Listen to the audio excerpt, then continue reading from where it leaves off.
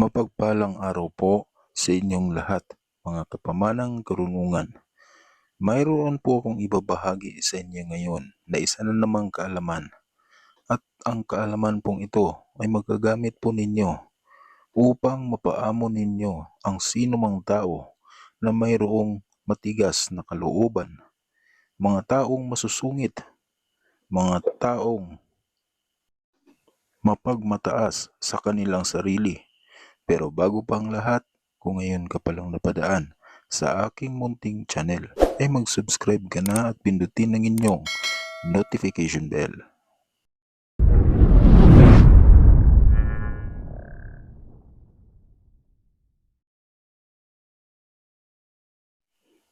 Ang kaalaman po na aking ituturo sa inyo ngayon, mga kapamana, ay magagamit upang mapaamo po ang isang tao.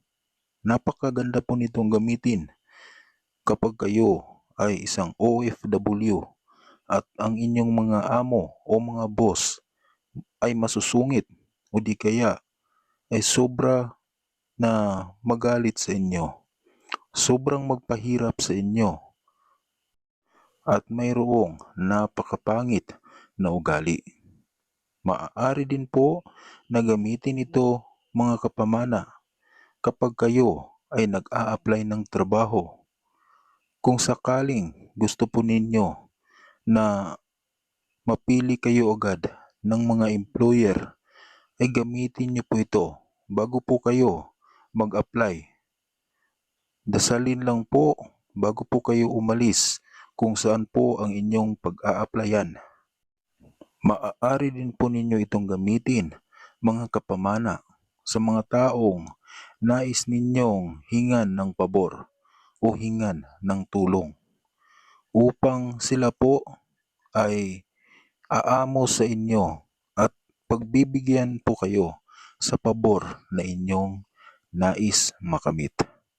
Pero wag po ninyong abusuhin ang bisa ng kaalaman na ito, mga kapamana, sapagkat kung gagamitin po ninyo ito sa panlalamang ng inyong kapwa-tao, gagamitin po niyo ito sa kasamaan, sigurado po ako na may balik po sa inyo ang kaalaman na ito, sapagkat ito po ay sagrado at dapat lamang po na gamitin natin sa mga bagay na mayroong kabuluhan o nakakatulong tayo sa ating sarili at sa ating kapwa-tao.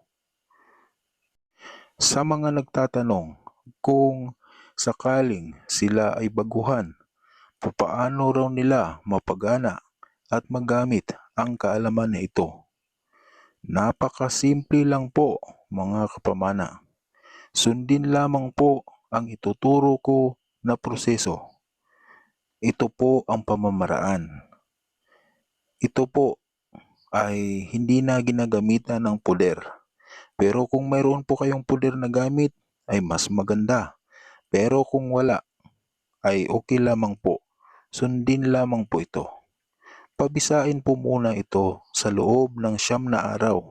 Ito ang inyong gagawin. Simulan po sa Biyernes at inyo po itong dadasalin sa gabi at sa umaga. Unahan po ng isang Ama namin, isang Panginoong Maria at isang sumasampalataya, at pagkatapos ay isunod ang kaalaman o mahiwagang salita ng 3 ulit at hipan po ang inyong dibdib.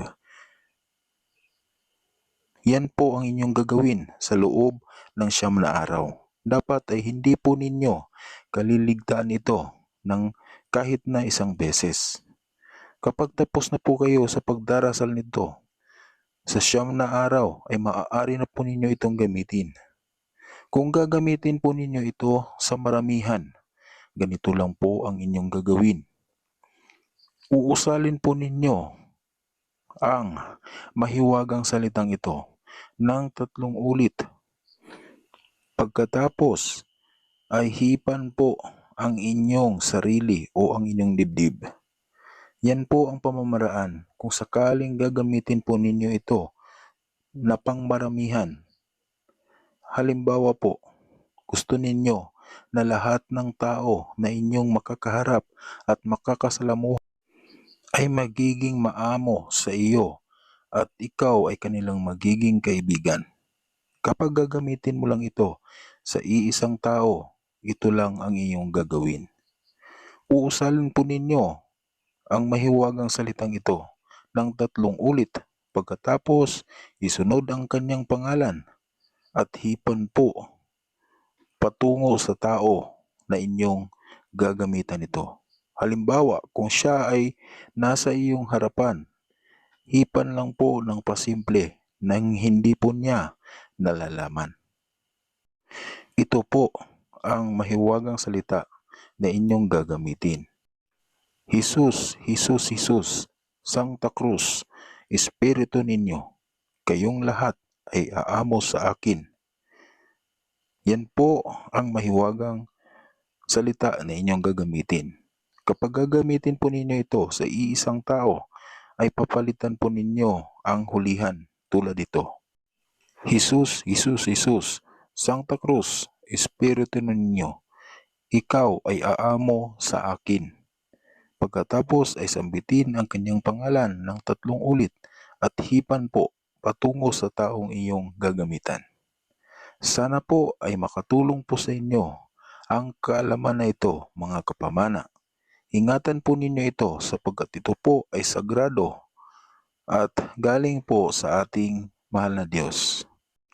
Hanggang dito na lamang po, mga kapamana. God bless po sa inyong lahat at ingat po palagi.